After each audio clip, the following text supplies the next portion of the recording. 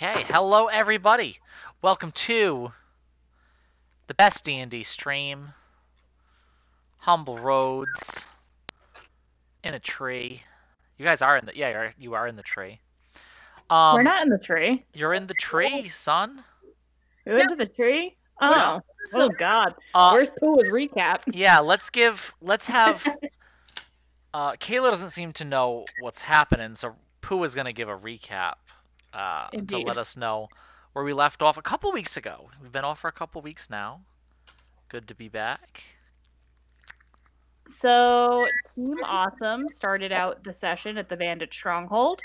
They got lots of stuff and money and things. They started a snack factory. And made mushroom salmon hat snacks and called them hat snacks for the orphans. How are geniuses. We made enough money to break even on paying people at the stronghold and producing hat snacks. Pua set up a shrine. Benson started a farm.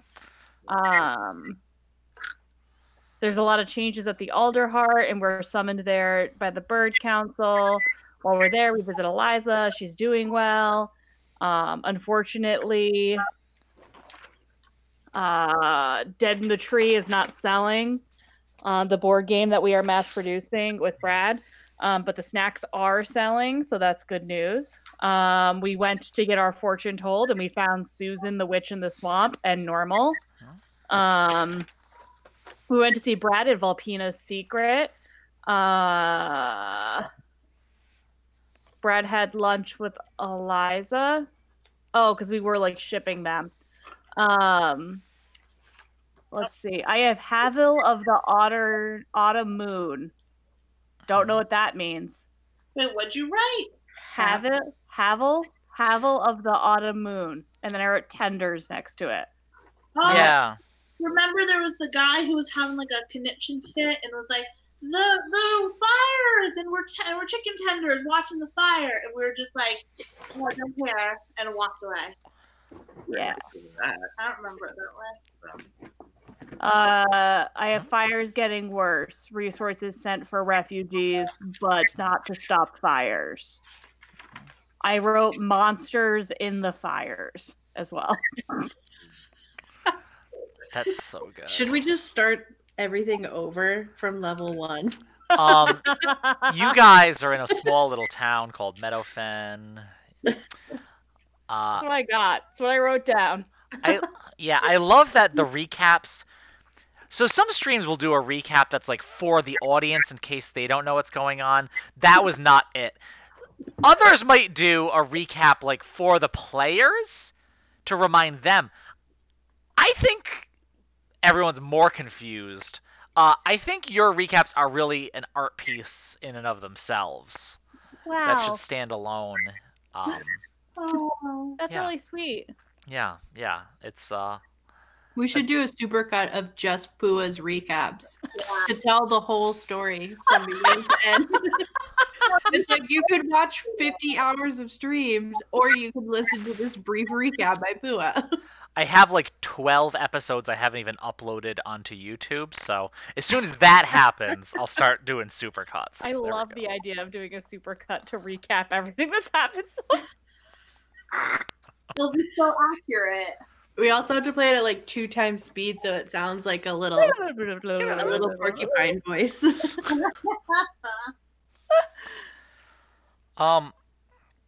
Yeah, I think we ended with you guys walking into the Birdfolk Council chambers. That sounds right. Yeah. I believe it. What a good place to start off, because I don't even need to improv. I can get into it slowly, because I have a text box to read. Did you already read this one to us? No. I cannot take you seriously with that hat on. I'm so sorry. And my goal in running this game is to be taken very seriously, so this might not work out.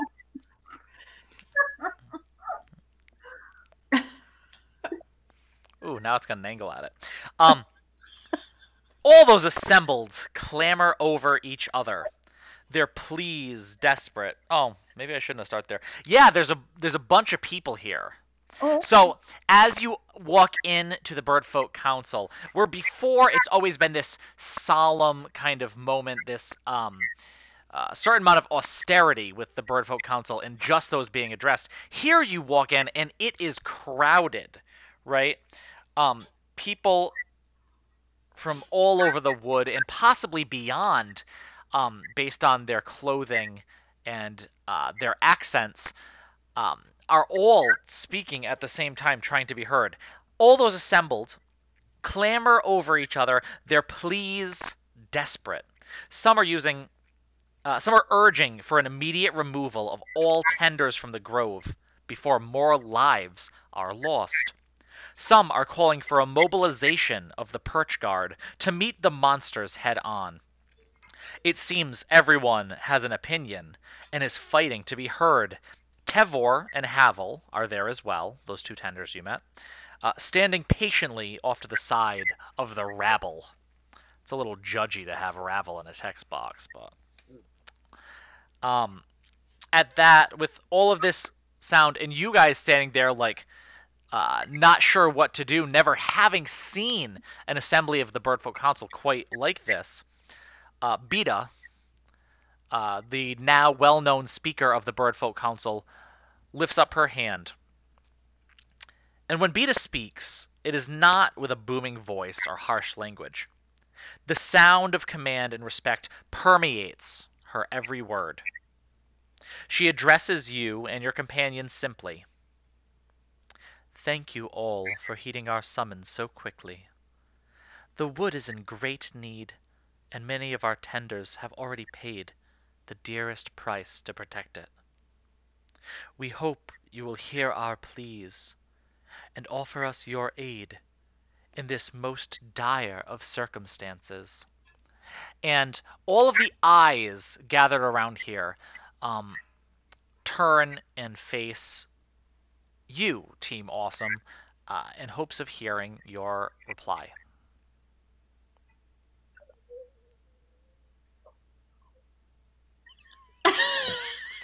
I wasn't paying attention to any of that. What's happened? They want us to do more stuff. More stuff? Right. You have a snack factory and board games. That's not like two whole things. The business just got off the ground. I mean, Do they want us to fight the monsters? what kind of monsters are they? Is it fire monsters? Can we fight fire monsters? I have no idea. Friends, saviors of the Alder Heart, when you first made your way here, you spoke of strange creatures, fire bats, flaming, attacking, spreading fires as they go. The tenders are now reporting that there are clouds of fire bats That's over the grove, spreading around. But even more worrisome than that, there seems to be some sort of new danger there. One that we have never seen in the Humblewood before. what is it? I think I can answer that. And Tevor steps forward. This is the more skittish, quieter of the two tenders that you had met earlier this day. He steps forward up before where all the Birdfolk Council are seated. And he addresses them, but kind of turns and addresses you as well, addresses the crowd, just explaining his story. As he says, we were working in the grove, trying to quell the fires as best as possible. Oh, I'm sorry. I really need to put my tender hat on because otherwise it's such a formal occasion. Benson, we gotta get you one of those. Yeah, Rin just kind of eyes that hat and just says, It's got a feather in it. good.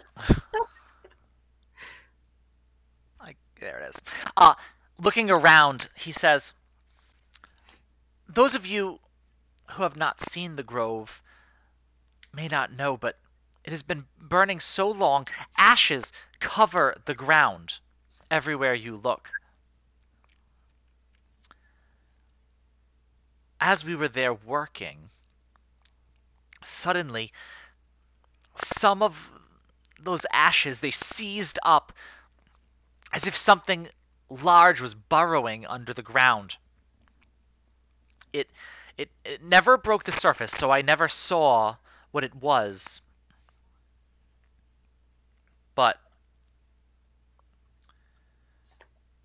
my teacher, my mentor, my friend, it must have gotten him, because the next thing I know, he was pulled down below the ash. And with that, there's like this big uproar, this big clamor that comes as everyone keeps yelling, "Get all the tenders out of the grove before they all die!" And there's this other eruption of speaking, as the Birdfolk Council largely seems to turn to themselves and start speaking amongst themselves. Did you see anything besides the disappearance of your friend? And looking around. Oh, there it goes again. Looking around, unable. Beta raises her hand again, and the murmurs quiet down as Havel continues to speak. He says, I didn't see anything else. It wasn't. There was nothing to see. It was buried. Like a worm. Sure. A big one.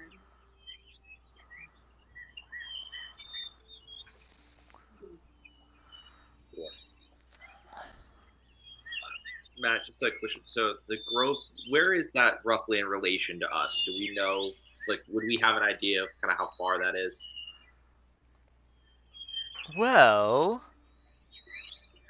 let's take a look.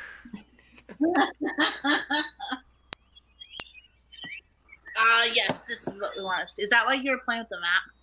It was, and I remembered that it's a whole different place. Yep, I got a whole bunch of maps. Let me read. I'm the map. I'm the map.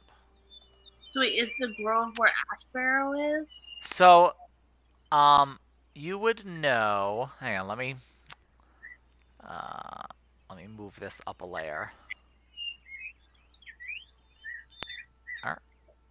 Sorry, it's going a bit slowly. So you would know the Scorched Grove is this large swath of land around Ash Barrow. So you know Ash Barrow was... Let me see, I don't know what this looks like right now on the stream. Ash Barrow was the one that was destroyed, right? Yeah. Mm-hmm. And then... here, can you see the sign that says Meadowfen? Yeah. You can. Oh, okay. Yeah, and Meadowfen was where you started off your adventure, right? So not terribly far. Ash Barrow was usually historically a safe place, just on the outskirts of the Scorched Grove. There's a tongue twister. But obviously, with the spreading of the grove, it also got burnt up. Okay, thank you. Mm-hmm. And it kind of abuts the woods that the Alderheart are in, then? Oh, yeah. The Scorched Grove is right on the edge of the Humblewood.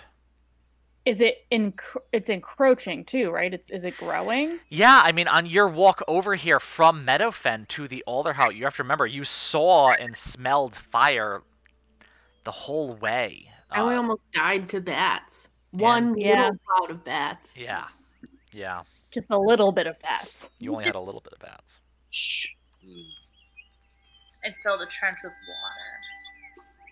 I mean, we just got the fortress up and running. We have all of those people there that are relying on us, but what's the refugee crisis going to look like if the Alderheart burns? There's not enough room for all of us in the mountains. Yeah. And as you're discussing this, and everyone's kind of listening, murmuring as you say these things to each other, trying to stay quiet, you do notice that Tevor looks rather shaken by what he said, and Havel comes over and just places his hand on his shoulder to help steady him a bit. I don't want to do this, but who else is going to? I mean, no one else in this city seems to be able to do anything. They keep asking us. That's accurate. Mm-hmm. I will say, I can point out to you on the map, and he does. He goes over to this large map of the Humblewood that looks much like this. And he points out an area in the grove and says, "That's about where I saw this creature last."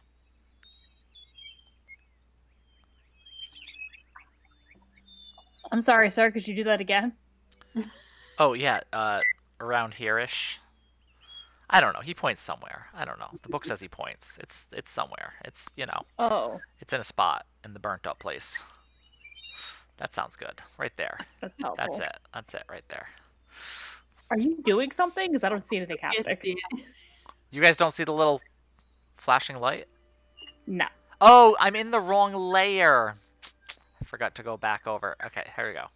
God, this thing has more layers than an ogre. So, there you go. Oh, there you go. I'm accidentally moving the Scorched Grove sign too.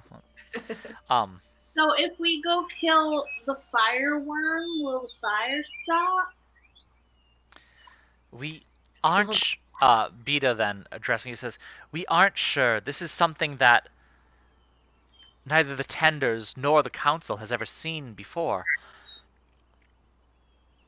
I will warn you, the Scorched Grove is a dangerous place." I mean, even if we can protect the tenders that are there, they can at least figure out what's going on. All right. We are forever grateful to you, saviors of the Alderheart. Heard that a couple times. I would be hesitant to send you into the grove without a guide. Perhaps we could find one for you to show you the way. At that, everyone does that thing when they don't want to get picked in like gym class, where everyone kind of takes half a step back. Even those people that there's no way would be.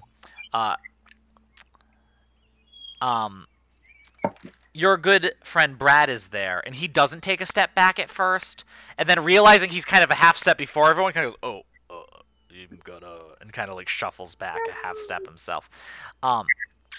Slowly, Tevor raises his hand, a little bit shaky, and says, it would be my honor to lead Team Awesome to the Scorched Grove. Wow. Yeah, That's would. very brave. Whoop, whoop. I guess we're going then. Then it is decided. You, of course, have access to whatever it is the Alderheart could provide for your travels. Money. I'm sure that we can find some money for expenses. Max. I believe you have that taken care of quite well. Do you guys think we should leave Brad in charge of the castle?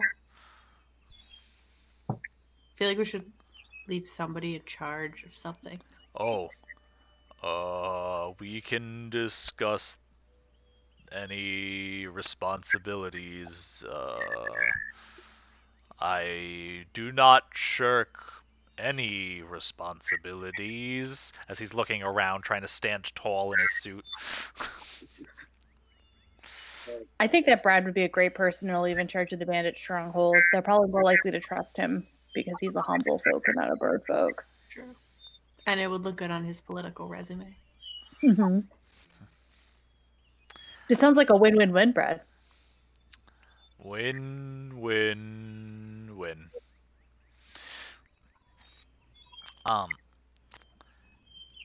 Slowly, people start kind of filing out, having an answer, moving out.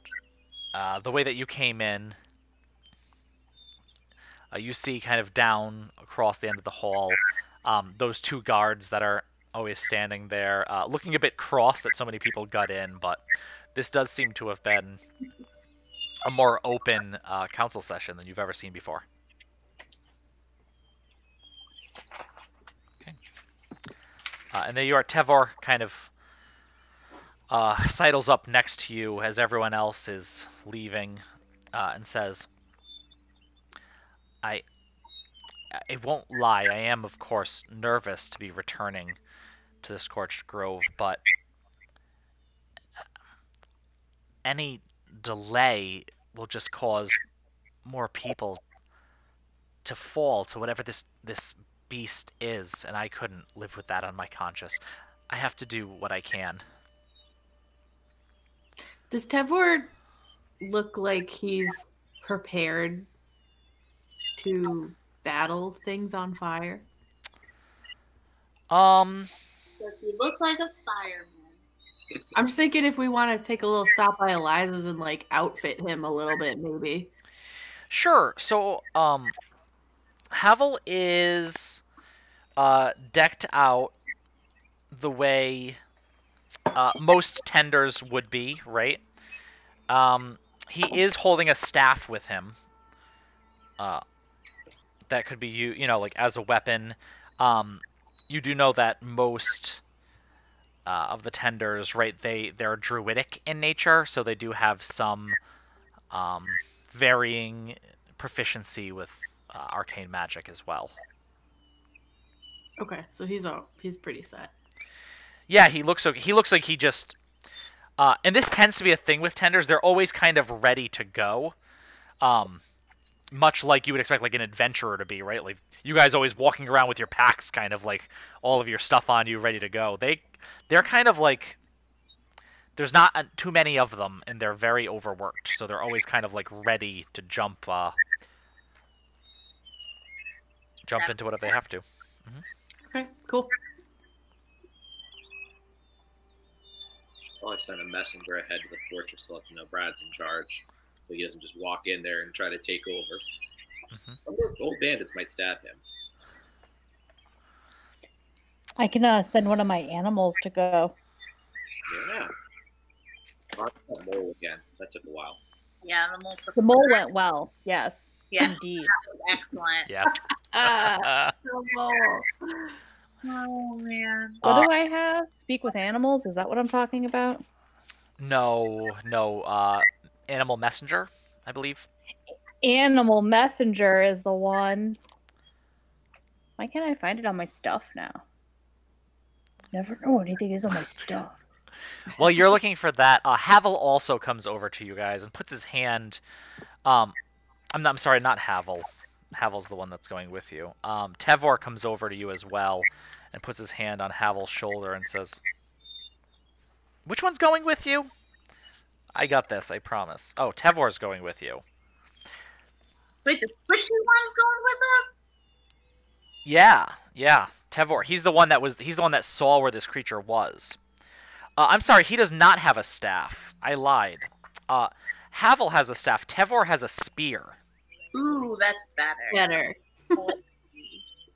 Yeah, Tevor is holding a spear with him.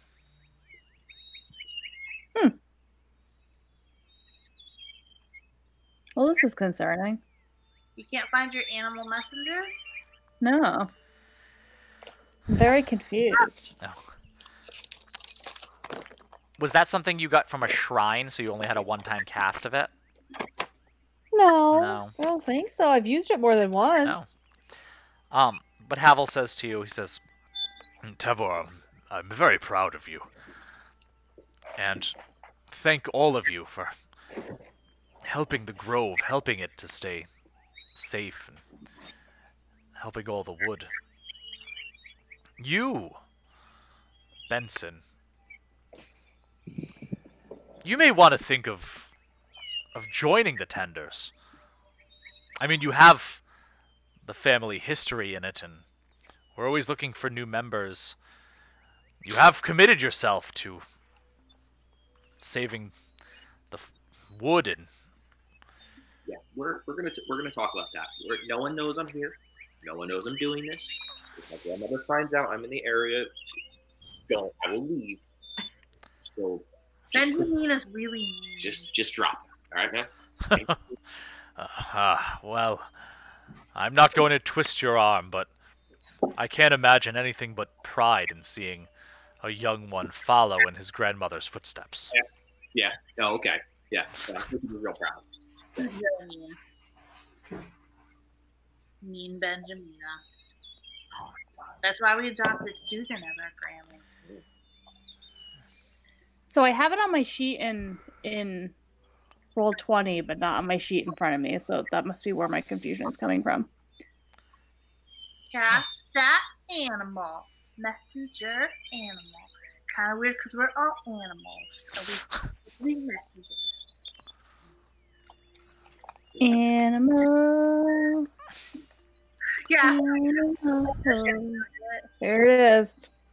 All right. A tiny beast. Tiny beast. It would. So I'm gonna look around for a tiny beast. This tiny beast doesn't know how far it's gotta go. Yeah, you're in a tree, so you can kind of have your pick of tiny beasts. I want a bird. Sure. A tiny bird. Hummingbird comes over. Oh, so cute. Oh, how many words do I get? 25. Ah, Brad, in charge now. Be nice. Yeah, be nice. Don't panic. Fighting fire monsters in the grove. Do it. Brad is in charge. Mark him. I like you doing hero shit better. Well, Doing hero shit. Doing hero shit. 15. There we go. Go playing around. Brad will take really good care of the He'll be there in a couple days. stronghold. Be excellent. Just how I want. 22. That's it. All right. 24. Rude. Period. Okay. Yeah, and Tevor looks at you. He says, "Let me know when you all want to head out." There's two different ways we can go. The easiest path would be to go along the road, of course, but it's also not the quickest. We could also, cut through the wood, but who knows what we would find upon the way. If we take the road, it would probably take, I would guess, about 4 days. But if we cut through, we could probably get there in 2. Let's do it. Onward. Sure. When do you want to leave? Do you guys need to get things like snacks? I suppose that we can go to Eliza's tonight and stock up and then... Did we buy potions from Susan? I don't remember. You had the option to. I think you did buy some. We bought one sticky potion and one slippery potion or something like that. That's right. We didn't buy the useful ones. We bought the Well, you did. You have a. Never know. Remember on your fancy cloak, Benson. I think you Yeah. have some healing potions on there. So. Weirdo clothes. That's right. I got my weird patchwork quilt clothing. Yeah, you definitely. Oh, I've been You look rad. I mean, we could totally stop at Eliza. I don't know if we need anything, honestly. I'm gonna steal my Halloween I mean, snacks in my bag. I mean, if you guys want to get one more bullying session in before we leave, I guess. I do love bullying Eliza. Really nice to Tevil. He seems super scared and kind of nerdy. We are not nice to you guys are not nice to outsiders. So maybe just like lay off Well, him. you hang out with us, so Well, I haven't been meaning. I love Tevor. Yeah, Oh, that's thanks. I ruffle his Oh. feathers. we love him. So why don't you not be mean to him? I wasn't going to be. I don't know. Just saying. Sounds like you feel guilty about things you want to do. Yeah, got me quickly. Feel a little ganged up on. wait, where did he just go? Ugh, sorry, I was getting the little cards. I want to see if there's a Tevor card. Teflon! I feel like I keep wanting to call him Teflon. I also, every time we talk about tendies, I'm like, chicken tendies? Chicken Chick tendies. They're just like, the tenders. And I'm like, yep, the tenders. Chicken tendies. I love chicken. Chicken tendies are the best. I've just stopped trying in COVID lockdown. I eat chicken tenders for lunch basically every single day. It's a beautiful thing. Terrible. He just buys a giant bag of frozen chicken tenders for lunch every week. I bought a bunch of White that's- Castle cheeseburgers, like the little ones you just pop in the microwave. So good. Love it, love it. I mean, what's a microwave? A microwave. Oh, Love it. I had one of those. Tevor. Yep, Tevor of the Spring Path. Oh, he's very regal looking. Why do I Yeah. get an owl? Nope. No, he's kind of pigeonish. Oh, A little. you owl. I'm definitely gonna bore you now. He's definitely wearing like a waistcoat. And then Havel. They have one for Havel too. He's a little more like pheasant-ish. He is Oh. super pheasanty. Wow. Yeah, He's got pretty face colors. He does. He's older too. He's a little more frail. Like Tevor's younger. Because what's the name? Starbucks. Fuck a Starbucks. Don't worry about it. All right. So are you guys going to Eliza's? Are you gonna skip it? I don't need anything. I don't think we need to go. Okay. I thought that Rin needed snacks, but it appears Rin is doing fine. You guys. I feel like you guys do very good at shopping for snacks. Essentials. Yeah. the I have all the essentials. weapons that I need. I have my Alright. coat on. I am the weapon. The only weapon I need is my witty tongue. Oh, I have an infinite amount of arrows attached to my person. The power of God on your side. yeah, I guess God. Yeah. Yes. You're about anime though. God and anime on my side. That's cool. I feel like Pua is that meme that's like what I think I'm doing, what I'm actually doing, and that's whenever I do thaumaturgy. 100%. The candles all blow out and the windows rattle. One candle flickers a little bit, and it could have been the wind. All right, Matt. I think we are G2. He's wearing his reading hat. Okay. Yeah. So you guys, and you said you wanted to cut across the wood, correct? We did. Yes. Make haste. As Benson said, we'll probably just find a shrine. That's true. Good at If that. any shrines there are to find, you will surely find it. Shrine magnets over here. Or maybe some eagles for him to calm again. Yeah. Eagle.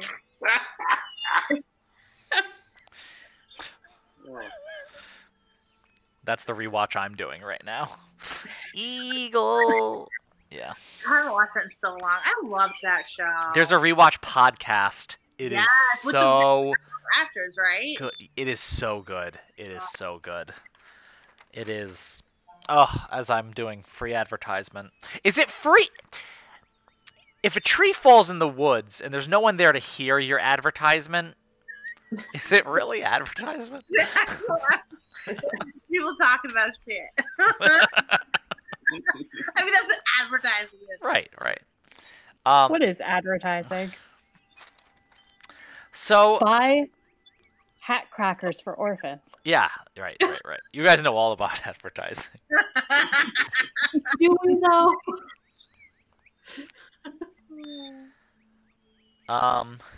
Okay. So you guys are heading out. It's still pretty early in the day, so you do have most of this day of travel as you go. Why doesn't everyone well, okay, so you guys just head directly out of the Alder Heart, right?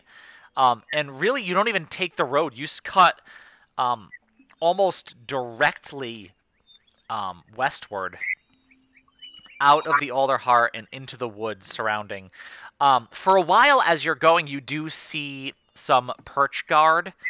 That's okay. You do see some perch guard patrols, and as you get further and further out, they become less and less until you see none at all.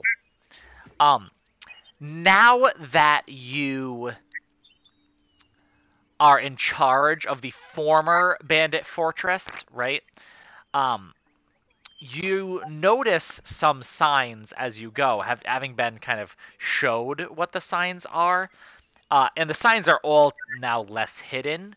But you realize more and more as you're moving through these woods, no towns or villages really on your way, that there must have been a lot more banded maybe not fortresses, maybe not true encampments, but kind of hidey holes along the way than you previously thought, which have now been now are being used by you all to kind of bring help to people in need. What is your marching order as you go? And remember, you have to put Tevor where you would like him to be as well. I'll be up front per usual. Probably Tevor behind me since I don't know actually where I'm going. I'll go next. Okay. Then me. Then me. Okay. Negative snack. And then where's Tevor? I'm sorry. I heard the After Benson. after Benson. Okay. All right, Benson. Then why don't you roll a perception check as you are moving through the woods? Perceive things, please. Do my best. See down. What do your crane eyes see? A 10. All right, as you're going, the further you move away from the Alder Heart, you do know that it is likely that somewhere around here, there very well may be some kind of disparate humble folk villages. They tend to kind of crop up maybe further out and away from the main road often enough. However, you don't come across any this first day. You make good time, right? And kind of the quiet solitude of the day makes for easy travel. It is beautiful, if not a little bit brisk. The foliage is covering the trees, and this first day of travel goes by rather quietly. A bunch of you chatting with Tevor a bit. He's not super talkative. He's pretty interested in getting to the Scorched Grove, and his mind is obviously on the other tenders whose lives he is concerned for. That evening, having pushed on with Tevor's insurgents a little bit, maybe past where you normally would stop in the dark, you all decide it is, in fact, time to camp for the evening. I want to camp in the tree. Not Yes. a bad idea. Oh, I don't know if any of these trees would be really big enough for all of us to camp in. Oh, honey. Sweet, sweet baby Tevor. We have our own tree. There's so many around, though. Do it! Do it! Do it, Pua! Treehouse. This tree grows beneath your feet, raising you, what is it, like 50 feet into the air? I don't have that card Yeah, in it's front of something me. like that. Real fucking high with this big-ass tree. Tevor just kind of like, kind of makes a gasp at first, and then as it's going, kind of looking around, he's kind of starts to like laugh. Like you finally see like a smile on his face, and he's like, "This is great. Look at, and you guys can just like do this, and this is where you sleep for the night. We Wow, can I can once see a so day." far." We're pretty cool. It's true. It's not like We we earned Why our. they call it awesome. This is wow, and it's safe up here and everything. I wonder, maybe tomorrow night. You guys let me know if you don't think this is a good idea, but maybe we don't sleep in it tomorrow night. Well, I'm just thinking if we're going to be going up against something that's burrowing, it might be good to be able to get 50 feet in the air really quickly. To like get away. Smart. Yeah, I don't. Just a thought, but this tree is really cool. I never thought of using it that way. I did. Remember when I tried to pry it out of your cold, almost dead hands and use it? I do. Well, actually, I probably don't because I was unconscious. But At least we're not told setting me it about it. road. Oh yeah, remember that road I ruined? The main road? The only Yeah, that road? one. What do you guys usually do to like pass the time at night? We eat. I pray. I don't do that. They've got murder in the trees in the back somewhere. You murdered the tree? You brought it? You're so What's- smart. What's that? It's the I hottest. love it. Oh, I like games. I'd play. Like, This is Brad's game. Oh, that sounds fun. Usually the tenders, we tell stories to each other to pass the time. well, murder in the trees is like creating a story with your friend. Creating a story with your friends while playing a game? What a novel idea. I like your stuff ever. Yeah, let's play Murder in the Trees. Yeah. Okay. Yeah, you guys. Wait, no, isn't it called Dead in the Tree? Oh, dead in the solitary Dead in the tree. tree. I like the old one better. Dead in the tree. We're playing Dead in the Tree in the tree. Hopefully none of us die. It just adds to the stakes. I feel like now one of us is definitely dead. Yeah, Tevor really gets into the game, right? Like he's trying to figure out the strategy of like, ooh, like what's the best way to play? Pure chance. That's why people hate it. What did you say? I said it's purely chance. It's why people hate it. Yeah. That checks out. Hey, so is gambling, and look at all the casinos. So. That's cool. Alright, so we play our game, we eat our snacks. Probably post a watch. Alright, we're so high up though. Yeah, but like, remember that time a bunch of bandits encircled the tree? Oh, no. Okay. Yeah, I think that we need to have a watch too, being that there's flying fire bats.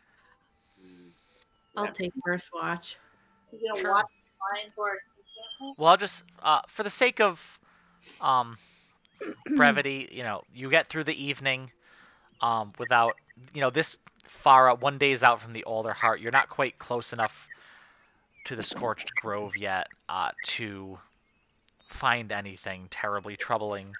And most of the trouble, the former trouble of this part of the wood works for you now. So you guys are doing okay. Sweet. Shit. Yep, Glad we did that. you get the benefit of a long rest. You all get your spell slots back, and I don't think you lost any hit points for the last day or anything like that. For the next day, who hasn't rolled anything yet? Q. Yeah. Flip a coin for me. Roll a d2. Wow.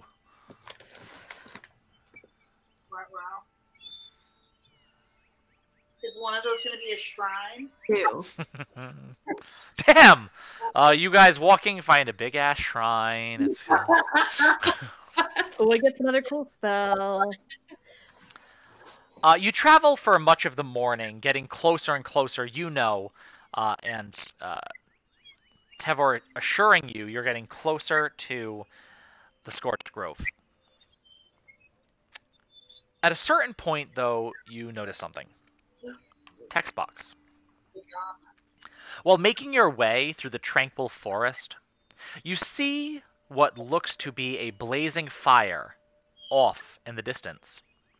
As you look at the fire, you notice the flames have taken on a bird-like form, resembling a weeping corvum. Ugh. It's far away. It's far enough away that you could make it past without being noticed, but branches of the trees around its body are already beginning to smolder. What do you do? Do you guys see that creepy ghost fire thing over there? Don't like it. We probably shouldn't let it catch fire to anything, though. Oh, I mean, you guys haven't seen something like that before? Have you? Yeah, what the heck, Tevor? Of course, yeah. I mean, all the tenders we know about. It's a fire specter. Are they bad? No, I mean they can be dangerous, but they don't mean to be. It's a specter. It's like the memory. A ghost? Yeah, it's like the memory of someone that used to live in the Scorched Grove, and being consumed by the fire that ended them. Yeah. It's dark. These types of things are usually only found in like the deepest parts of the grove, though. I've never heard of them being this far away, like in the middle of the wood. Can we help it? Can we, put it to rest? I don't know. We're always taught to kind of leave them be, but That sounds good. it says that they'll dissipate once they fulfill their purpose. Usually something about reenacting something from their life.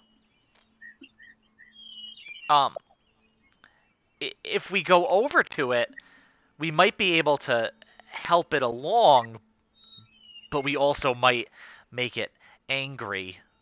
I worry that it's going to spread more fire, though. It's quite the gamble. Maybe we should help it just so we know what we're dealing with before we get into, more of them. I mean, I guess that's fair. How are we supposed to figure out what a weird, sad firebird wants? Yeah, how do we talk to it, Tevor? I don't know. Like I said, we're usually taught to leave them alone, but you could try to approach it.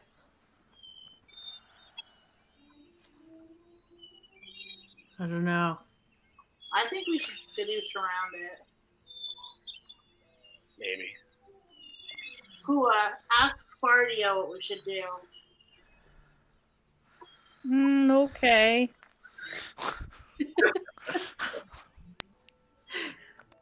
It's gonna plop down on the ground. Okay. Cross my little porcupine feet. Mm-hmm. Hedgehog feet, whatever. And I'll hold my holy symbol and I'll pray to Ardia and ask her, what we should do. If we should approach the fire specter and free it, or Yeah, roll a religion check. dun, dun, dun. 15. All right, not bad. So when you do this kind of praying, you only tend to get pretty like vague answers, right? There's literally a spell that lets you like ask your god questions. I don't have that. No, it's a higher level spell. So you can't necessarily directly commune with Ardia in that way. So Ardia is really like the god of life, right? Mm-hmm. And all life being equal, to protect all lives. And if this fire were to spread, it would kill some shit. Mm-hmm. So I think that's the best info you have. You don't have like, your god telling you do this Do it, or don't do it. no, I don't Yeah. really care what you do, but definitely like praying, pondering, that's kind of the info you're left with.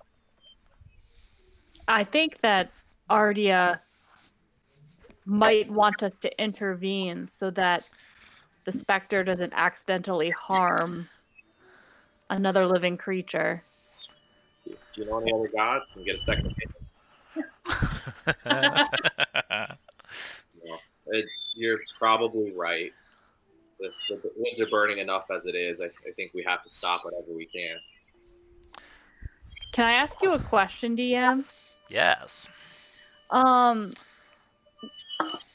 might just bring it up so I can read it, actually. I'm looking at the spell Calm Emotions, but I don't know if like it would do what I want it to do. Okay, but is this thing considered humanoid, I guess? No. Okay, well then never mind. Yeah. Are No. we considered humanoid? Yes. Got it. Can you calm me down sometimes? I guess I could, yeah. It would just use the second level spell slot. Just bring me my anxiety level down just a hair. Oh my god, I need that in real life. Anyway, Lee, you'll like what I'm drinking. It's a gift from Papa Santillo. oh Which yes. Oh, in cans now. I didn't realize they were canning that now. I think they're canning it so that they can ship it over this way. I think he's Farther. getting. My dad got it here. locally. Really? I have not seen it anywhere yet. And I believe he won't I will tell ask us him where he was. he gets it. Yeah, it's Sorry. I'm very excited about it. Let me tell you. Yeah. Oh, yeah. All right. I guess we're approaching the giant crying. Okay. burning. Is everybody approaching?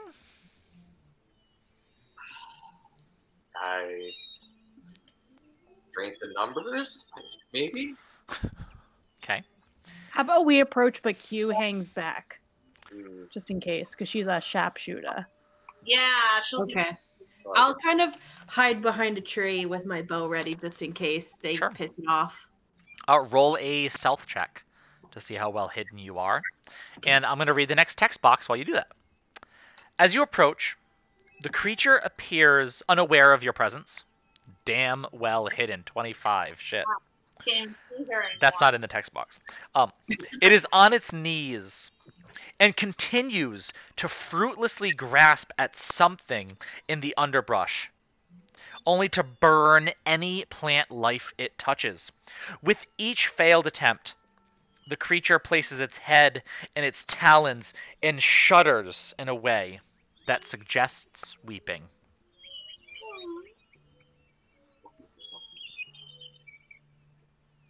Why don't you ask what it wants? Will it hear me?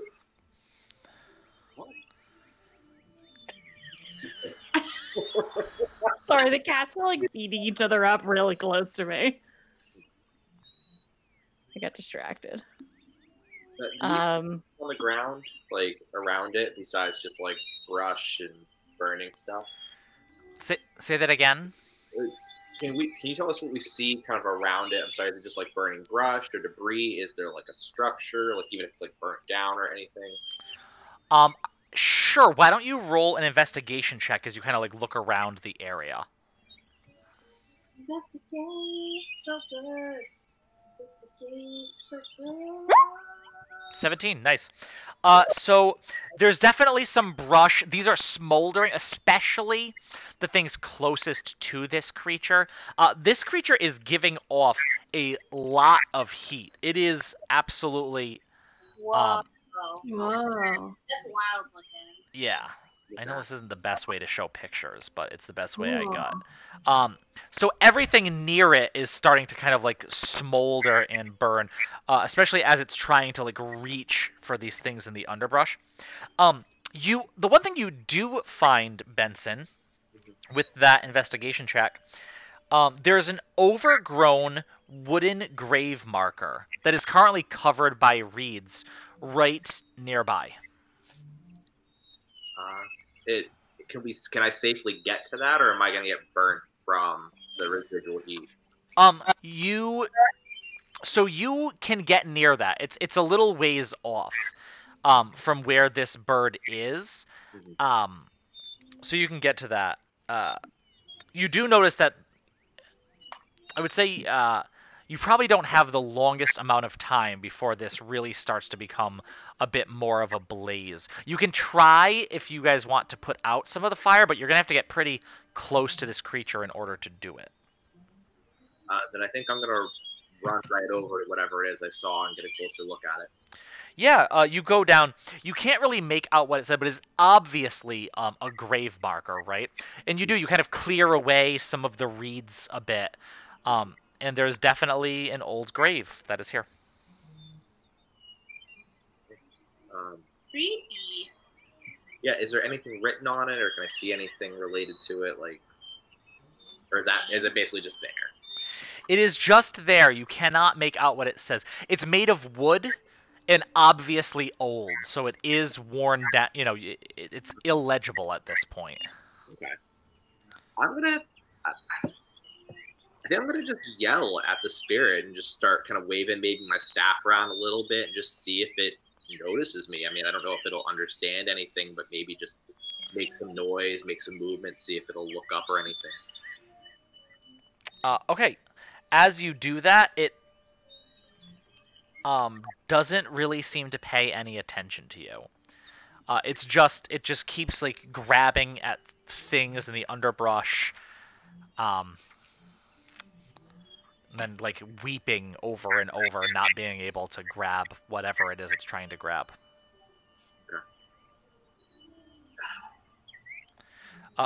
You actually see it kind of get up and shuffle over a little bit to a new patch of underbrush as it's trying to grab things, since what it was doing before is all now burnt up, and then again fruitlessly trying to grab something over there.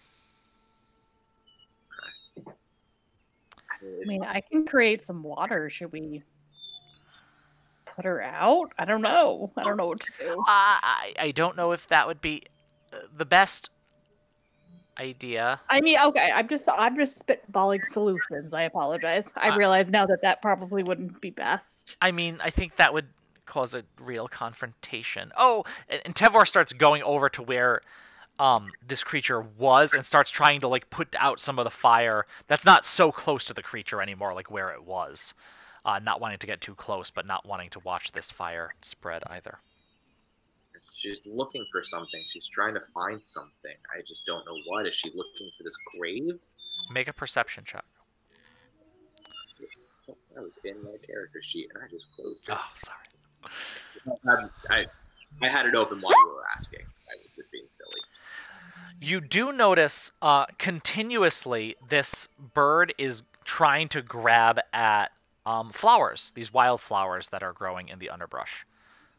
Okay. And having burnt all the flowers in one area, it seemed to have moved on a little bit to try and find some somewhere else.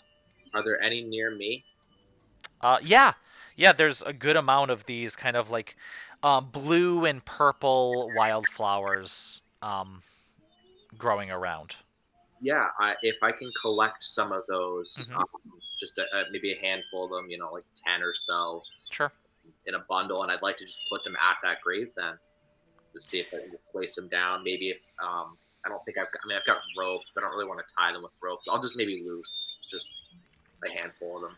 Yeah, as you take these not terribly impressive wildflowers, not on stems, more on uh, this viney growth that's around, Mm-hmm.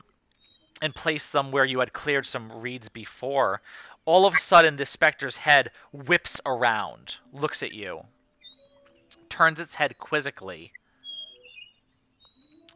and at that point the fire seems to consume itself, as if it is entirely devoid of any fuel.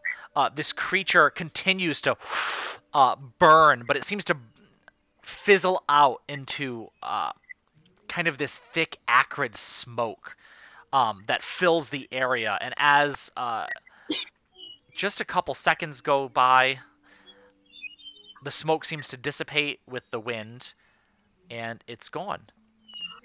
You did it! I thought. Benson! Jesus. Benson, you're so good at this stuff. It's like you're tender or something. No. Take it back. Tevor looks at you Meant to be. very impressed, and then goes on quelling the last bits of the fire that were left from this creature. Very cool. Yeah. Artie is really happy with you. Oh, good. Just what I wanted. That was Just my that was really impressive. How did you know what to do? I just was grabbing for stuff, and she was burning those flowers up. I just guessed. I don't know. I mean, you said that they're trying to finish something. I don't know. It seemed obvious, I guess. Yeah, and Tevor's kind of giving you a look like, oh, it was very quick thinking. You're very He's a resourceful, Benson. natural.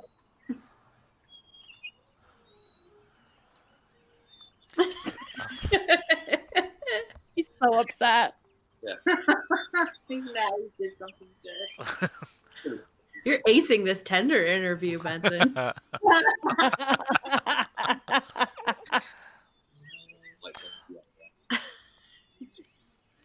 Crumple.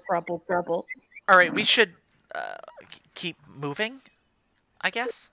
Yeah. Let's go. Okay. You move on, traveling for several more hours, before finally the forest gives way to expansive plains of ash, Gross. dotted with the charred husks of petrified trees. The wind here has a heat to it, and it constantly... Yep, I'm reading the right thing. Okay. And it constantly disturbs the ashen soil. As it blows, small embers can be seen forming in the disturbed ash, glowing briefly before being swept up and fading on the wind. This place is clearly unnatural. Ruh-roh.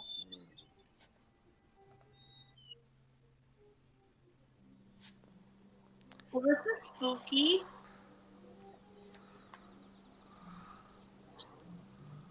I don't like how ominous the music just got. Spooky music, yeah. I actually don't have spooky enough music. Oh. Wow. I really just have, like, happy forest, nighttime happy forest, kind of rainy. That's all I've got. I gotta... So, what are we trying to do exactly? We're supposed to stop the fires. Right. You gotta find the big monster. Yes, maybe we should set a trap for the monster. I hear that monsters love to take down their pocket. They love what? Snacks. Oh. Ground? No. We're the snacks. That would require you to be willing to part with some of the snacks. No. We're the snacks. Tevor, what were you guys doing when you saw the thing burrowing under the ground last time? Great question.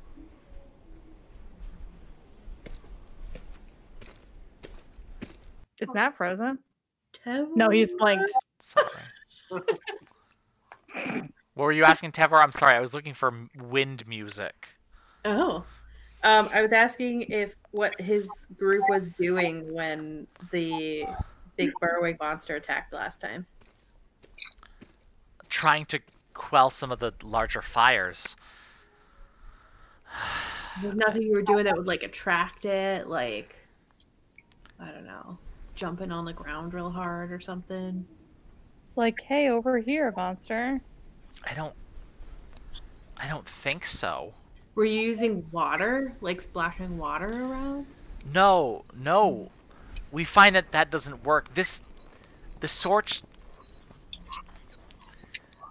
Have you heard the story of the Scorched Grove? No, tell us. Tell us a story. I mean, let me tell it the way the Tenders do. It's been passed down a long time. They say that long ago, birdfolk... I don't like this. It's creepy music. I hate it. you're It very sounds creepy, so Ariel. weird, and it's making my ears feel weird. Long ago, birdfolk thought they could stop forest fires from devastating the wood by using powerful otherworldly magics. Okay, But- so they were Smokey the Bear. But the plan backfired.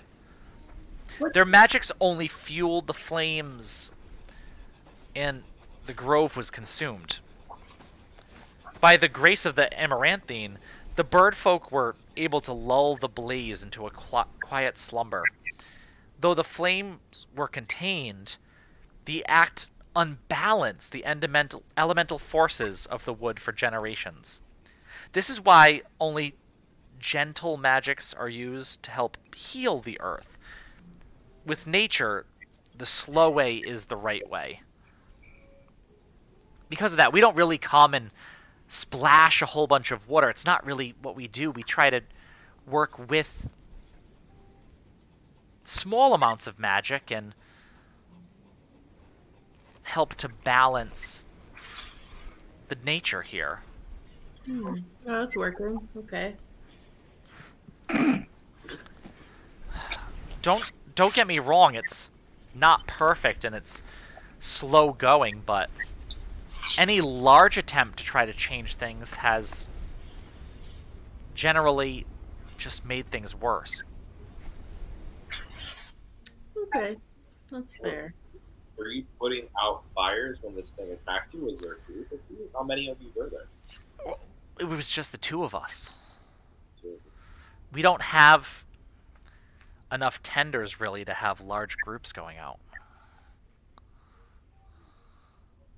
It is dangerous work.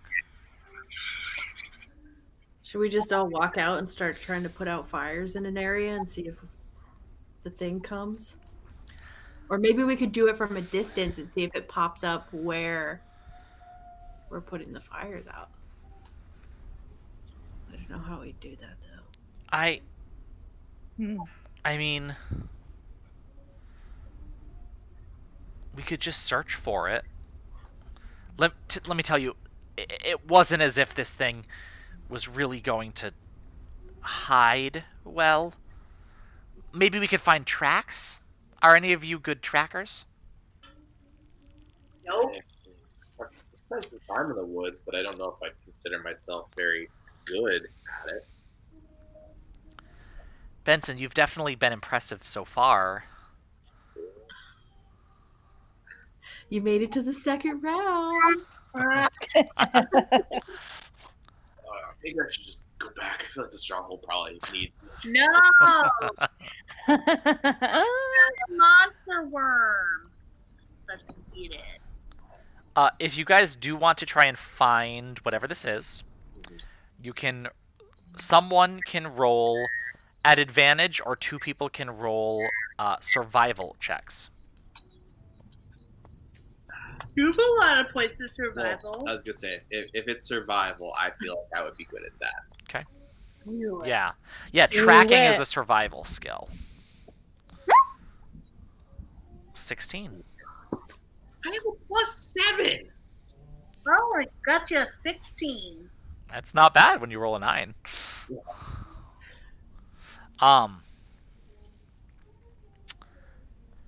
As you're going, you walk through this kind of unending plain of smoldering ash and petrified trees. Tevor seems very on edge. But he's on edge for a different reason than a lot of you are. He knows he's seen danger here, but in this environment, he seems almost natural. Where you know the shifting ashes under your feet, you're finding it difficult to kind of be like someone trying to walk on snow for the first time, right? Just unused to it. Trevor is sure-footed. As he does, though, take Benson's lead in tracking this thing down. Sniff it out. You do absolutely notice, though, tracks. Not footprints, right? But areas where it's not the rolling hills of these plains. Areas where the ash has been disturbed, where it has been smushed up and together to make these mounds of heaping ash or fallen away. It is abnormal, and you start following this until suddenly you see what looks to be a disturbance in the ashen plains. Something is moving underneath the thick coating of cinders at frightening speeds, churning up burning embers on either side as it goes, before vanishing. Something is here, and it has noticed you. Let's get Oh, it. man. I want everyone to roll for initiative. Should we throw the tree? Should we throw the tree? Well, on Pua's turn, he can decide what to do with it. You gotta roll initiative, babe. I know. Oh! That natural one. I love low rolls. I lost my pencil. 14. Do do do do. The journey's coming now. All right. Oh, this one's broken. That's not gonna do me any good. Nope. Okay. Oh. Let me roll for. Tevor has a +1.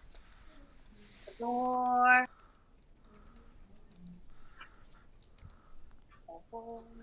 Oh, no, I can't do that. I thought I might be able to. Alright, D14 plus 1 is 15. And I can roll for this creature, which also has a +1. The creature deal. A critter jar. Time forever. Okay. Alright, give me the quick rundown. Who's at the top? Is it Rin with 20? Rin. Yeah. Okay, who's after that? Benson and I tied. Benson can go first. I don't care. Okay. Okay. What did you tie with? 14. Okay. So actually, and Tevor got, he got 14 plus 1. I didn't get to put that in, so he actually goes next. He's got the 15. 15. And then 14 is going to be Benson Yep. and Q. Mm-hmm. And then we have It's a creature. creature with a 9. Mm-hmm. And pure. And then And Pua Pua with a doesn't get a tree. turn. Okay. With that, Rin, you are up. This creature is about 60 feet from you, under the ground. How many feet can I move? What's your movement speed? Probably 25, but you might want to check. How about Let's shoot, and then it should be in there. I think it's 30 in the top right corner. 30? Kind of fast. Yeah, tiny. I guess I want to run 30 feet closer and take out my whip. Okay. And now you're just gonna like hold an attack in case this thing comes near you. Yes, because I don't think my whip is 30 feet long. Sure. And it's still underground. Yeah, it is. All of those things are true. Okay. Rin, ready for it, runs 30 feet forward, takes out her whip. Seeing this, Tevor doesn't quite know what to do. He kind of steps off to the side, spear in hand, but really is going to look to the rest of you.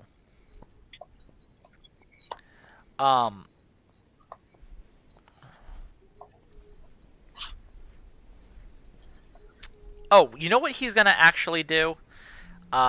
As a bonus action, he is going to use Wing Flap. So he jumps up and starts flapping his wings, and he is now 15 feet off the ground. Oh. Whoa, that's Wow. sick. Good for I'm gonna him. look at my own wings and very feebly flap them. Yeah, he's 10 or 15 feet off the ground now. He can propel himself upward up to half his movement speed. Whoa. He's pretty cool. And that's a bonus action. He is going to hold his action with his spear in hand, because even off the ground, he ain't fucking around. Benson, you are up. Yeah. Honestly, I mean, if it's still underground, correct? It is still underground, yes. Then yeah, I think we're gonna take out the shield for a little bit of extra defense. We're gonna cast Produce Flame, but we're not gonna actually do anything with it. And if I can just hold that action. Okay, yeah, absolutely. So you have a flame in your hand, ready to go. Very much fitting into your surroundings. Q, you're up. I can move and hold an action, right? Yes, absolutely. Okay. Can I skirt kind of away from everybody else, like if the worm is coming this way and we're all here, I want to kind of go like diagonal. So I'm away from the group, but I'm not getting any closer to the thing either. Yeah, absolutely. Okay, and then I'll hold my action. What action are you holding? Just an attack. With your bow? With my bow, yeah. Okay, perfect. At that, it is this creature's turn. What they gonna do? So this thing moves still underground, closing the 30-foot gap between itself and Rin, who has moved up to meet it. And then I get a text box to read at the beginning of this.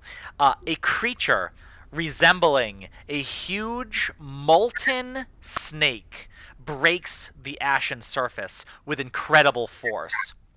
Its scales are like charcoal, and between the scales a sinister orange glow issues from its molten core. The same glow can be seen coming from 2 points on the creature's head, resembling eyes, though whether or not it uses these to see is unclear. This is the creature Oh my god. Wow, that's awesome. that you currently face. Oh no. And as it bursts through the ground, right near you, Rin, I need you to make a dexterity saving throw. This may have been a bad idea. Go, Rin, go. Whip it.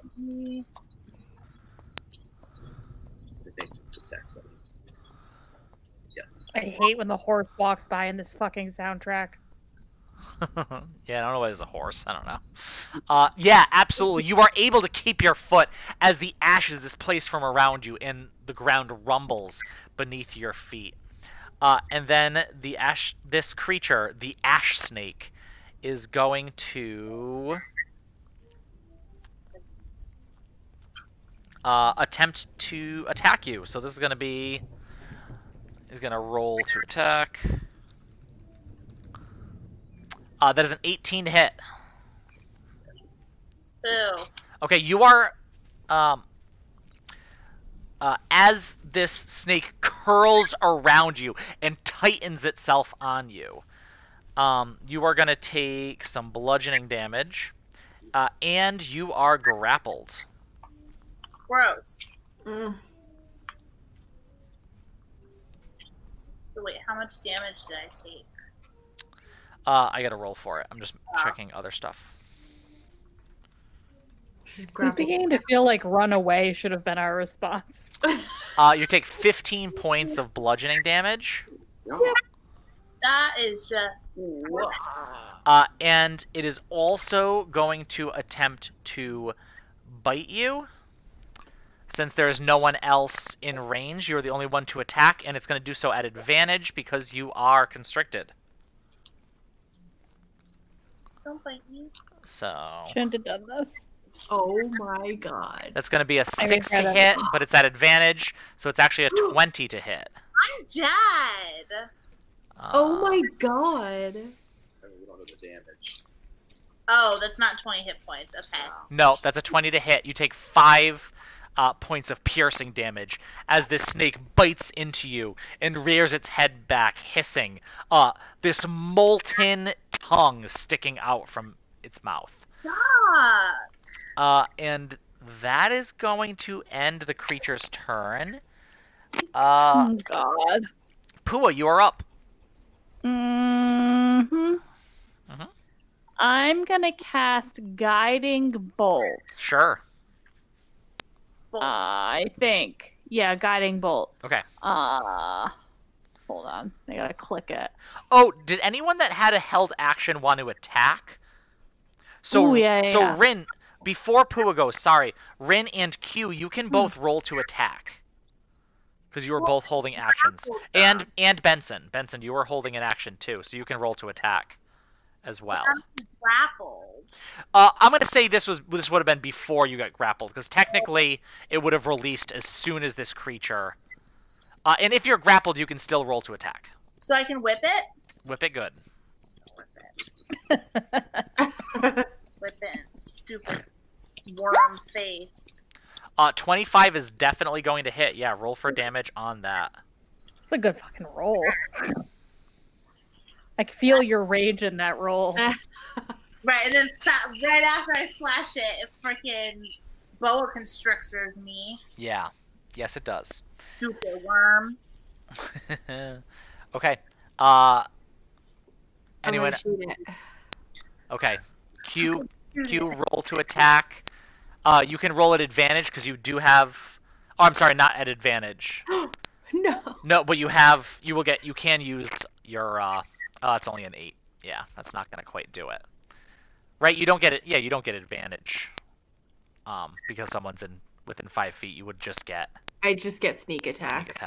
Yeah, but unfortunately, your arrow shoots wide. You shoot, but you end up hitting just some of that ash before the thing fully emerges in its snaky form. Ugh. Gross. We're throwing. Yep. 23 will definitely hit. Nice. Yeah. No, 3. 3 points of fire damage, and it does not seem to do as much damage. And Being fire as you Fucking thought. fire It doesn't seem to creature. be terribly hurt I don't think so. by it. Didn't produce water. Okay. Oh. But now Pua, you are up. Alright, so I'm casting Guiding Bolt. which is not gonna hit. An 11 is not. No, it also goes wide. I'm just exploding on the ground before this creature. Can I use my bonus action to summon my spiritual weapon? What's the range on it? My spiritual weapon? Yeah. 60 feet? 60, oh, yeah, 100%. Go for it. So I'm summoning my spiritual weapon. And explain, well, what does your spiritual weapon look like? Yeah, I don't remember.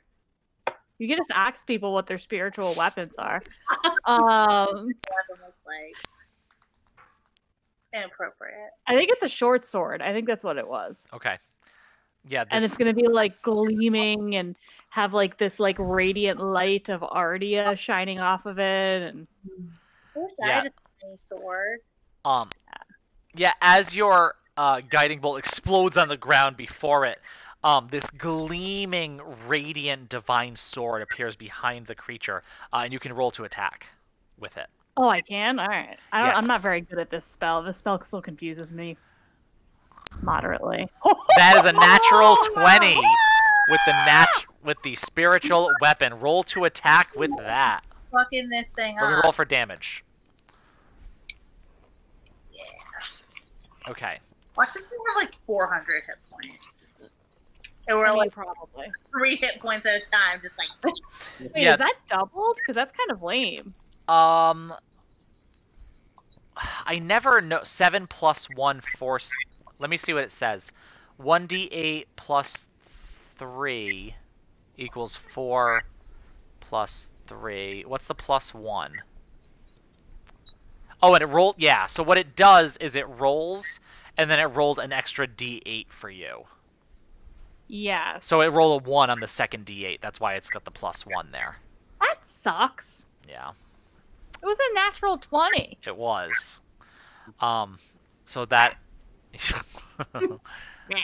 Yeah, as this gleaming sword does slice through its back, the creature rearing back, and letting out this terrible screech, Okay. which Pua will recreate right now.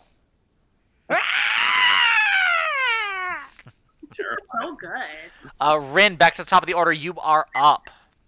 Alright. Oh, So I'm grabbing. no, go ahead. Sorry. I was going to say something, but never mind. Go. I'm grappled. Yes. So, like, can I struggle to ungrapple oneself? You can. You can roll to attack while you're grappled, but you can make a. I think it's a.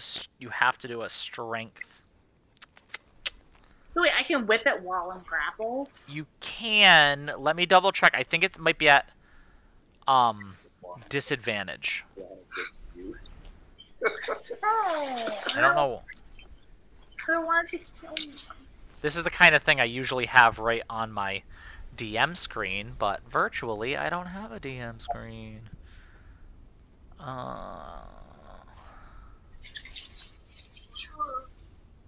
I don't want the snake to bite me anymore. Gonna squeeze all of the life out of me. What's that song? I'm being eaten by a boa constrictor, a boa constrictor, a boa constrictor. I'm being eaten by a boa constrictor, and I don't like it one bit. Oh no, he's up to my toe. It's a really long. Oh my god, that like awakened a deep memory inside of me. Yes. Actually, me as well.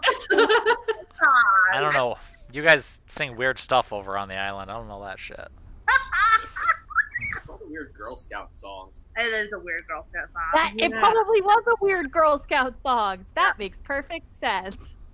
And then it's like, oh, something. He's up to my knee. Oh, gee. he's up to my knee. Oh, flip, he's up to my hip.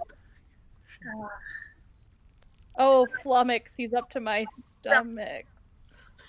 Multiple. Multiple I- stomachs. It is not often that I want to like not use the internet and go look at my handmade DM screen instead, but I know I just have it right there. So.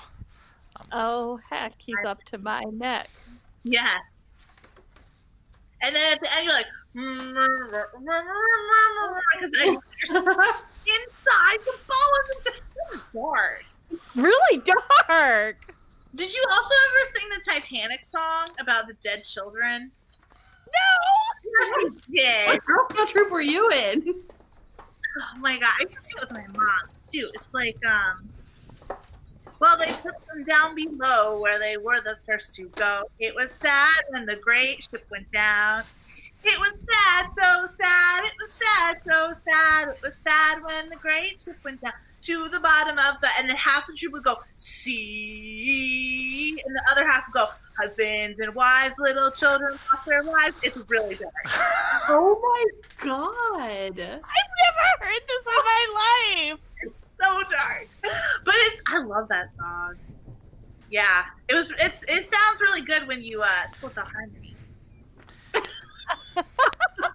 I'm sure it does. All right, before all the little children die, I don't know how the fuck to grapple. You can definitely still attack. I think it's at disadvantage. I'm going to go with that. All right. Or you can try to break the grapple, of course. I have to pick one? Well, it's an action to try and break the grapple. All right. Well, I don't want to be making out with this snake anymore, so I'm going to try and break the grapple. Okay. You can roll... Oh, what's wrong? You can roll... After a while, my headphones pinch my ear piercings, and they really hurt. Oh, no. It's You can okay. roll a strength or dexterity check to try and break the grapple. Your choice. One is like I'm trying to wiggle out, and one is I'm trying to like muscle my way out. I'm going to do strength. Yeah, with an 18, you definitely kind of muscle your way through and pull yourself out of the grip of this ash snake. Excuse me. You are free. That is your action. What else would you like to do? Can I move, or will that mean it can attack me? If you move out of its range, it will get an attack of opportunity. I'm going to stay in range. Okay. And I'm just going to be really pissed off. Okay. Makes sense. You are there. You are pissed off. Or Trevor. Tevor is up. Tevor will... fly around. Yeah, I think that's his movement... Because, oh no, it's his bonus action. All right, definitely. So he is going to, I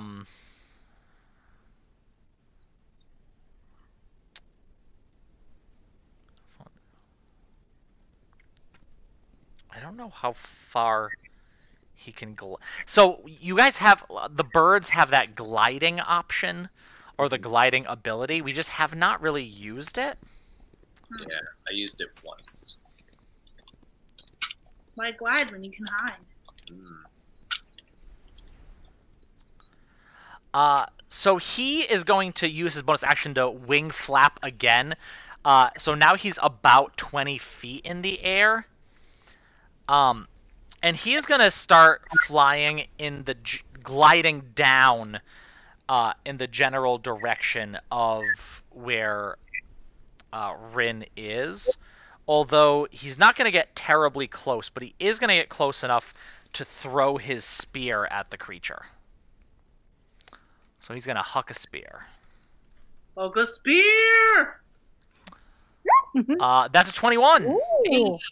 Wow. Girl, that's excellent. Congratulations.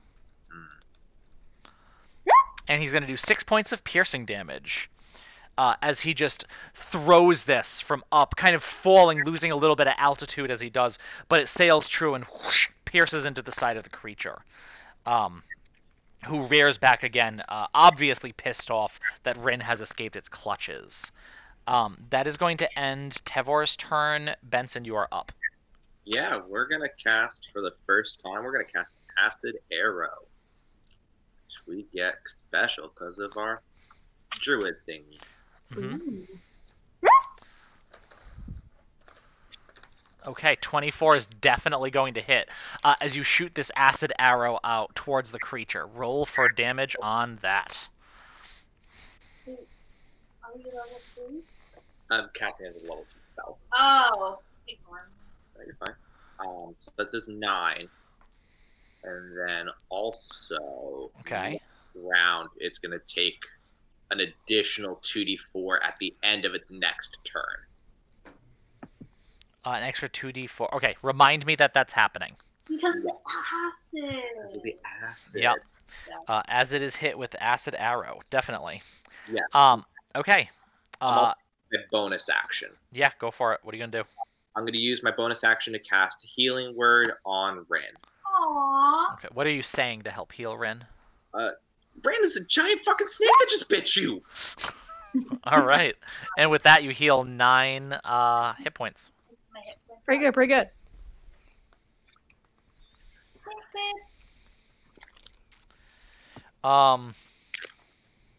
Lessen danger zone. Yes. Okay. With that, oh, Q is up. Sorry, Q, you are now up. Okay. After that, Is someone still in melee with it? Rin is still in melee. Yes. Okay. I'm gonna short bow it again. Okay. Go! Fuck! My eyes aren't what they used to be. Yeah, you shoot again. It goes wide, and you're looking at Benson like, how come you can hit it with a fucking acid thing, but I can't hit it with my arrow? As it goes wide. That is your action. Anything else you would like to do? Your turn. I still have a bonus action, right? Yes. I'm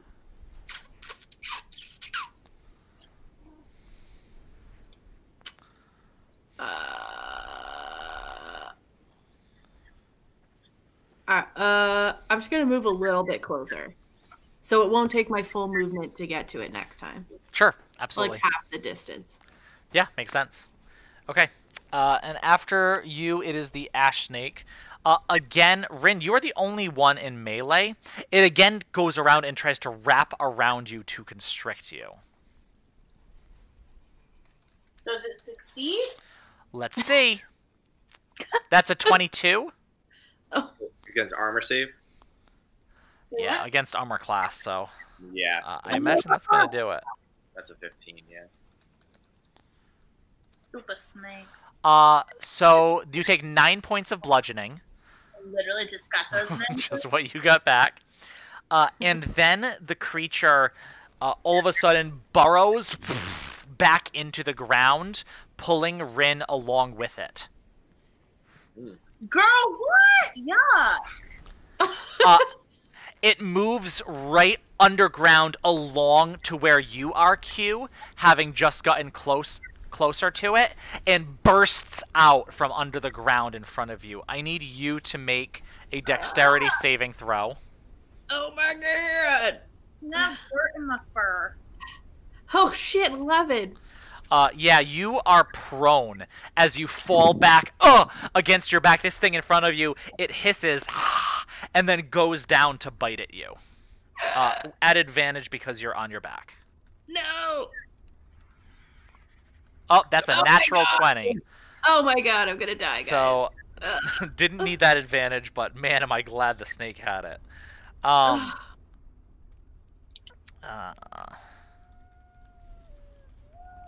So that is going to be... Help us. we're going to double the roll. So that's actually not too bad. It's only 7 points of piercing damage. Thank goodness for that low roll on a 2 on a d10. But it does bite right into you, kind of pushing you back. You feel yourself being pushed into this ash as a cloud of it goes up around you, covering you. It then lets you go, still on your back, and looks around at the rest of you. Rin, you having had to hold your breath while underground, gasping as you come back above ground. Like that scene in The Princess Bride. Oh, actually, after you get that breath, because Q, you came a little closer, so you didn't have to use your full movement, so it didn't either. It goes back underground because it still has some movement to do so. pulling Rin right back under with it. Effin' rude. So it is rather close to you, Q, but it is underground. That is the ash snake's turn. Pua, you are up. Does it take its extra damage? It did not. At the end of its turn, roll for that damage. Go, go, go. 5 extra points of damage. Okay. Nice. Does it look? With that little bit of damage that it gets, you guys don't see very much, but Rin, you do feel it kind of shudder and quiver over your body while underground, as if, it is not as hot as it once was. But of course, you're holding your breath while you feel that, so it's only feels a little bit good, Pua, you're up. Is it considered undead? You don't know. I think it feels pretty freaking alive while it's choking the life out of me. I don't know. You can use your action to roll an Arcana check if you would like. Yeah, but then I can't use my action to do what I was going to do. Correct. How does spiritual weapon work from here on out if I attack it with it? You have to move it to where this creature is. I can't see it. It's right? about you can't. You can tell where it is because there's like a mound underground in a very Dune type way. Is this kind of like in the Mandalorian? Yes. Yes. Great dragon. All right, you know what? I'm just gonna go for it. If it's not undead, then fuck me. How far can you move your spiritual weapon to? You can do your action first, but there's only so far it can move a turn. 60 feet. 60. Oh, you can move it 60 feet? I don't know. It says its range is 60 feet. Its range, yeah, but when you look at the spell, it can move 20 feet. 20 feet. So you can probably get it to where this thing is right now. Yeah. So it's within. You know what? Okay, I'm gonna cast my channel divinity called Turn Undead. Sure. You present your whole. What does that look like when Pua does that? I'm gonna stomp my little feet and I'm gonna grab my holy symbol and just like hold it out. Pua stands, pushing his feet into the ashen ground, holds the holy symbol, which glows, giving a power stance resplendently. And like a meme that says, "This is what I think I'm doing," you all watch as Pua does this. The snake does not seem to react. It does not seem to be an undead creature.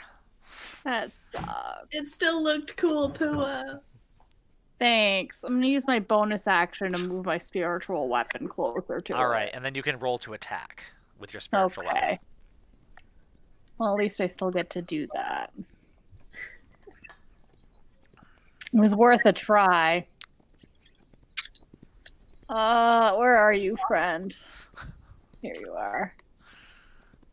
Wow, 22. okay. Even 22. This sword goes and it stabs through the ash. And you hear a muffled cry of this snake as it does pierce. Roll for damage with that.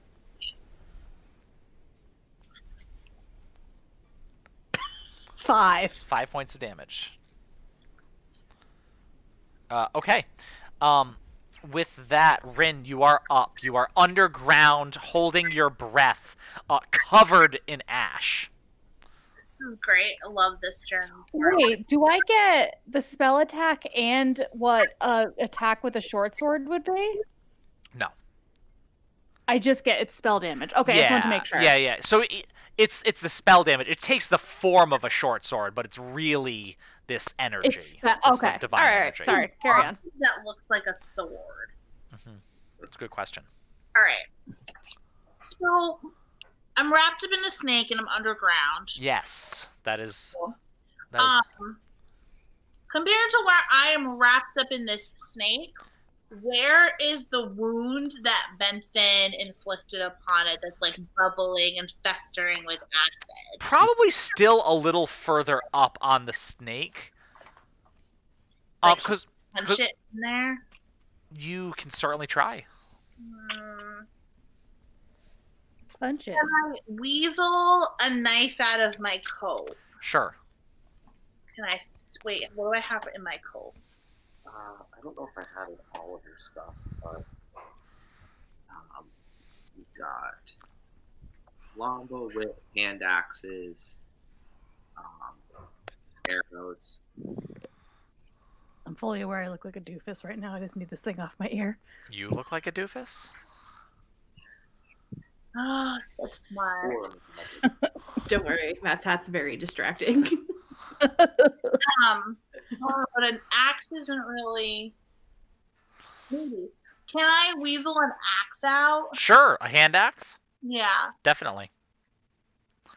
Okay, so I've weaseled my axe out. Can I just as it's tightening around me, just Yeah. press the axe into its flesh? Roll to attack at disadvantage. Why?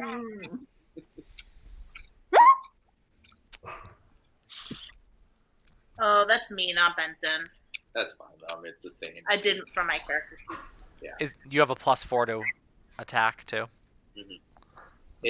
It's just the display name that came from her character sheet. Got you. Okay. With that, you feel as if you're ready to get it, but moving underground, buried in this thick layer of ash, you are unable to get this up to that wound that Benson made, and you are not able to hit it. So, that's all I can do, right? That is your action. You could also use a bonus action, or... Can I try to, lust out with a bonus action, or is that my action? No, that would have taken an action. Yeah. Alright, I guess I'm just gonna accept the cool hands of death as I squeeze to death through the earth. Okay. As you squeeze to death through the earth, Tevor is up. Tevor threw his weapon.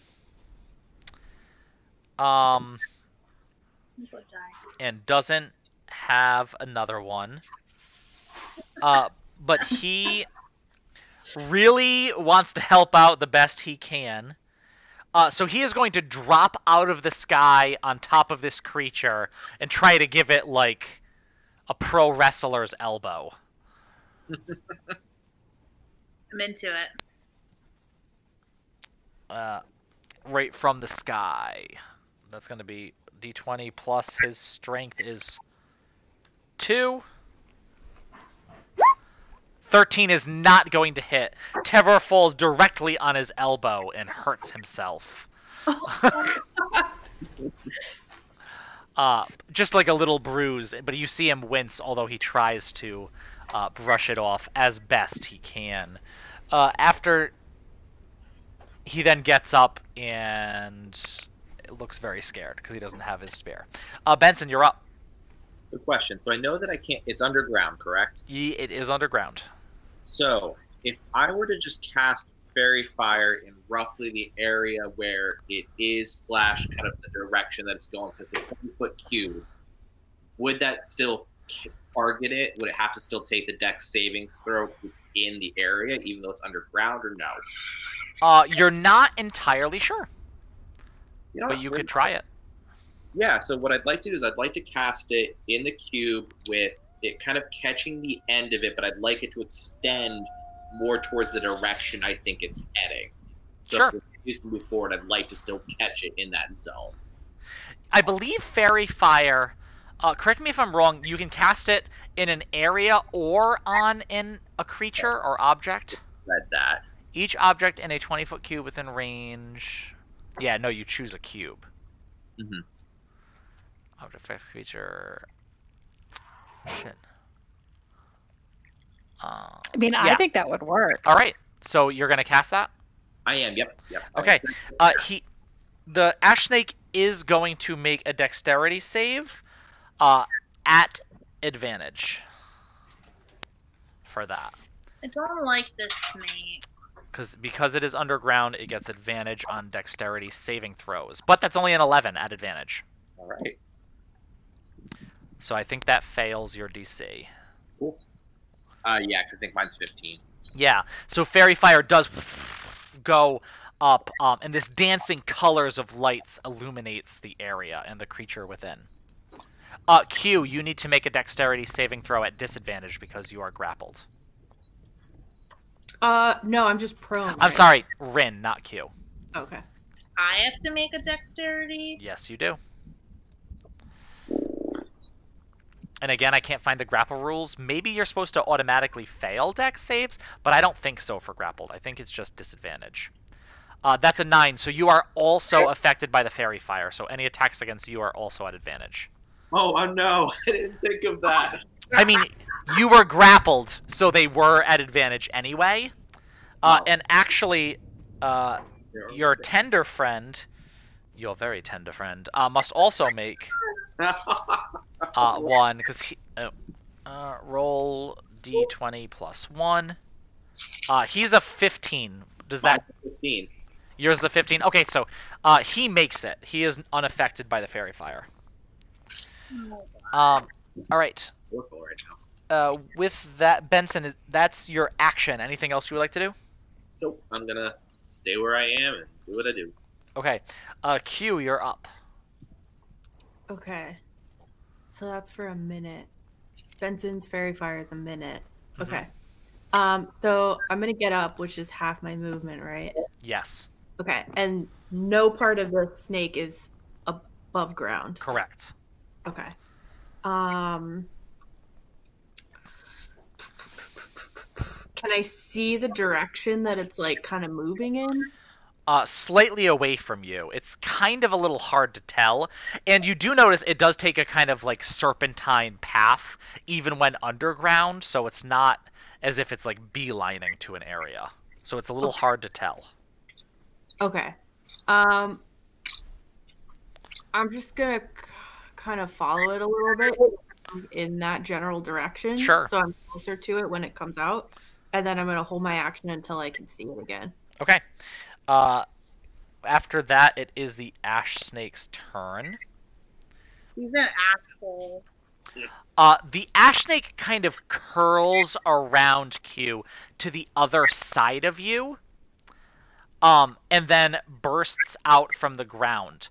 I need you first to make a dexterity save to see if this knocks you prone. It does not. You keep your footing, so you can attack without disadvantage. You can attack just regular. Okay. Advantage. Do I have advantage because of Fairy Fire? You do have advantage because of Fairy Fire. Yes, absolutely. Okay. How far away is it from me now? Is it like right there? Yeah, it is within 5 feet of you. It is Okay. right there. I'm gonna switch to my short swords. You cannot because you held a bow action. Okay, that's fine. Which also means you're going to roll at disadvantage with your bow because you're in melee range using a ranged weapon. So advantage plus disadvantage is going to be a straight roll for you. Okay, that's fine. But it's still holding Ren, right? Still holding Ren. Okay. Don't shoot me. 21. That 21 is definitely going to hit. Roll and take your sneak attack damage. Yes. 6 plus 9. 15. Woo! Nice. Yeah. Because I get Rogues, 2d6 man. for sneak attack now that I'm level 3. Okay. Yeah, this thing looks pretty hurt as you get it directly in, and you see Rin, like, inching this axe closer to the wound that Benson made, and it's almost like using it like a pointer, and you shoot directly at it as this creature lets out this awful screech. That wasn't a screech that I made, but that's what it said. Yeah, there it is. And then it turns to the rest of you and opens its mouth. You realize it has positioned itself in such a way as to be able to get Q, Tevor, Rin, and Pua in its breath attack as hot ashes in a 15-foot cone shoot out of its mouth at all of you. Rin, you are not in this because you're kind of curled up in its tail. So I need every one of you to make a dexterity saving throw. You didn't say my name before. Was that a mistake? I did mean to say Benson. Yes, you are correct. You have to make a dexterity save as well. These are some good rolls. I don't need to because I can't be saved. I am wrapped up in a snake. Natural 1 for Tevor. Oh no. Tevor. Oh no. Pua fails the dexterity save with a 12, but everyone else succeeds except Tevor. Tevor and Pua. So Tevor and Pua take full damage. Everyone else takes half damage. Of 500. 2. That is 2 natural 1s. from his breath weapon? 2 d10s. Don't question it. 2 d10s, both rolled as 1s. The last 3 attacks I rolled were 1s. I got 3 1s in a row. How crazy! No! Stupid snake. Yes. So, that means Benson and Q take 1 damage. Pua and Tevor take 2 damage. As this feel like hot, that caused me unnecessary amounts of angst. yeah, hot, stanky snake breath in your face. I'm just gonna go like this. Like, it's Yeah. not even doing much. It just smells bad. Didn't even make me vomit. With Oh, that, My turn? it buries itself back in the ground, and moves like 10 or 15 feet away from the lot of you. Okay. Like retreating, but probably not a true retreat because you know it could have moved further if it so chose. Okay. And Rin, you're underground again. Pua, you're up. I'm casting Guiding Bolt again. Okay. That natural 1 is not quite going to do it. Advantage to the fairy fire? It has moved out of the fairy. It moved away just enough to be out of the fairy fire. Isn't it outlined because it failed the dex throw? I think it That's still how has to fairy be. fire works. I think it still has to be in the area. Let me, because you put the spell here, right? Each object in 20-foot cube within range is outlined in blah blah blah. Any creature in the area when the spell is cast is also outlined in light. If it fails, you are correct. Yeah, okay. It is outlined because it was in the area when it was cast and it failed its throw. So does a 19 hit? A 19 when it is underground still hits. Yes. Cool. Yeah. Thank you for that fairy fire. Yeah. The first one I've gotten to use it. Oh my god! Look at that. It's 4d6. Pua, how does this happen? Damn! Oh, hallelujah. You have to dig me out of the So ground. the way I think that it will Knocked my hat my off. guiding bolt will look like a lightning bolt, and it's gonna go under the sand, and when it hits under the sand, the snake's gonna be like come out of the earth and be like, "Wah!" Yeah, just like that. And now you can do your thing. Yeah, and as that noise escapes the snake, pathetically, Rin gets flung out, falling in the ash, over to the side. The snake then curls around, curling in on itself, makes one final leap, like it's going to bite out at the lot of you, and as it does, it just falls onto the ground. Already, ashes starting to flake off of it, being blown around in this ever-present wind in the scorched grove, as you have defeated the ash snake. We did it! None of us died. Are we out of combat? You are out of combat. Although as soon as the ash snake is slain, the earth shakes, nearly knocking you and your companions from your feet. All around you, ash snakes erupt through massive mounds of ash. They rear up, emitting a terrifying hiss, a sound so shrill it's as though the air was to rent. As the ash snakes encircle you, there is a deeper rumble, less violent, but full of power. The creatures hesitate for a moment, until another, more powerful tremor shakes even their massive bodies. The ash snakes flee, heading south and burrowing into the ash. The tremors continue to gain in momentum and intensity. To the north, miles away, something gigantic rises from a bed of cinders. First a hill, then a small mountain, releasing a plume of ash that blocks the sun. As the dust clouds settle, you see a huge creature made of craggy black rock and pulsing orange magma. It bellows a guttural sound unlike anything you've ever heard and begins to march toward your position. And that is where we will end tonight's session. How is this a kill thing even bigger than a goddamn snake? Guys, if we start running right now, I think we'll make it out of Humblewood. Like, we should go. I definitely, based on that snake attack, do not think we should try to fight this thing. Pua is already a spiny ball. Yeah, all of those ash snakes were very scared of this here creature. Does that mean maybe it's We're level 3. Not fighting this. the enemy of our friend is the enemy of our friend. Thank you. There you go. You want to recruit the ash snakes? I don't know. Maybe it's a friendly magma creature. I feel like maybe we should have Could asked be. the Knight to come help us. Like, maybe his name.